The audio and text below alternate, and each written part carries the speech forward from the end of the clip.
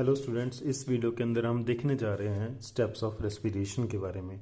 तो रेस्पिरेशन के अंदर 5 स्टेप आते हैं। कौन कौन से? Breathing, external respiration, transportation of gases, internal respiration और लास्ट है हमारे पास सेलुलर रेस्पिरेशन। तो सबसे पहले हम स्टार्ट करेंगे ब्रीथिंग से। तो ब्रीथिंग का मतलब क्या होता है? ब्रीथिंग का मतलब होता है exchange of gases. Exchange of gases का मतलब क्या है कि आप जो एटमॉस्फेयर की एयर है उसको आप इनहेल करते हो। जब आप उसको इनहेल करोगे तो आप उसको बोलोगे इनहेल्ड एयर, और एल्वियोलाई के अंदर जो एयर प्रेजेंट है उसको बोलते हैं एल्वियोलर एयर। तो एल्वियोलर एयर को जब आप बाहर निकालते हो, एक्सहेल करते हो, तो उसको बोलते हैं एक्सहेल्ड एयर। तो एयर को इनहेल करना और एयर को एक्सहेल करना, इसको हम बोलते हैं ब्रीथिंग। तो ब्रीथिंग क्या है? ब्रीथिंग के बारे में हम इंपॉर्टेंट पॉइंट्स जानेंगे। तो ब्रीथिंग एक फिजिकल प्रोसेस है, एक एक्टिव प्रोसेस है। एक्टिव प्रोसेस क्यों है? क्योंकि इसके अंदर एनर्जी यूटिलाइज होती है।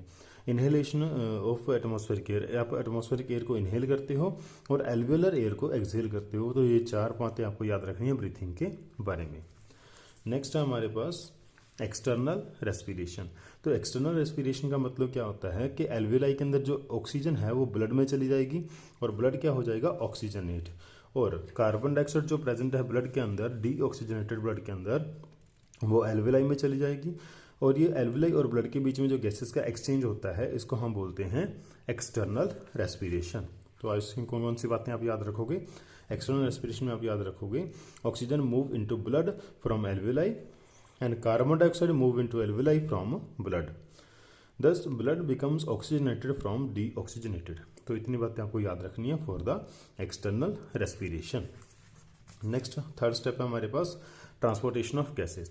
अब ट्रांसपोर्टेशन ऑफ गैसेस की अगर मैं बात करूं तो यहाँ पे ये होता है कि जो ऑक्सीजनेटेड ब्लड है वो ऑक्सीजन को एल्वियोलाई से लेके टिश्यू तक लेके आता है और टिश्यू से कार्बन डाइऑक्साइड को एल्वियोलाई तक लेके जाता है। तो जो ब्लड है वो ऑक्सीजन और कार्बन डाइऑक्साइड की ट्रांसपोर्टेशन करता है। इसी को हम बोलते हैं ट्रांसपोर्टेशन ऑफ गैसेस। और ट्रांसपोर्टेशन ऑफ गैसेस के अंदर आपको क्या याद रखना है? ऑक्सीजनेटेड ब्लड जो है वो ट्रांसपोर्ट करता है ऑक्सीजन को, कहाँ से? एल्वियोलाई से टिश्यू तक। और डीऑक्सीजनेटेड ब्लड जो होता है वो कार्बन डाइऑक्साइड को ट्रांसपोर्ट करता है टिश्यू से एल्वियोलाई तक।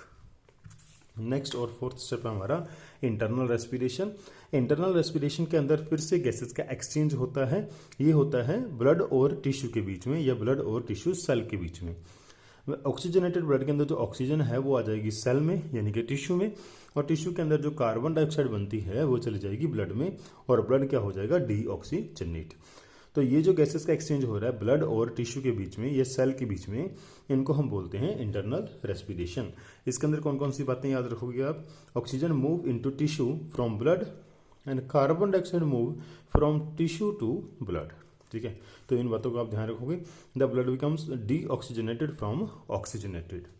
और लास्ट स्टेप है हमारे पास रेस्पिरेशन के अंदर सेलुलर रेस्पिरेशन। जैसे ही ऑक्सीजन सेल के अंदर आ जाती है ये ग्लूकोज की ब्रेक डाउन करेगी। ग्लूकोज का ब्रेक डाउन होगा तो क्या प्रोड्यूस होगा? Carbon dioxide gas, water and energy. ये एनर्जी ही हमें एक्चुअली हमारी बॉडी को चलाने के लिए चाहिए थी। तो कार्बन डाइऑक्साइड यहाँ पे जो प्रोड्यूस होगी वो हमारे ब्लड में चली जाएगी और ब्लड क्या हो जाएगा? डीऑक्सीजनेट। तो सेल के अंदर ऑक्सीजन के द्वारा फूड की ब्रेक डाउन करना और एनर्जी को प्रोड्यूस करवाना, इसी को हम बोलते हैं सेलुलर रेस्पिरेशन। तो आप कौन कौन सी बातें याद रखोगे यहाँ पे? सेलुलर रेस्पिरेशन जो है उसके अंदर breakdown of glucose occurs inside the cell. Cell के अंदर ग्लूकोज का ब्रेकडाउन होता है, ऑक्सीजन यूटिलाइज होती है और कार्बन डाइऑक्साइड, वाटर, एनर्जी जो है वो रिलीज होते हैं। तो इसको हम क्या बोलते हैं? Cellular respiration.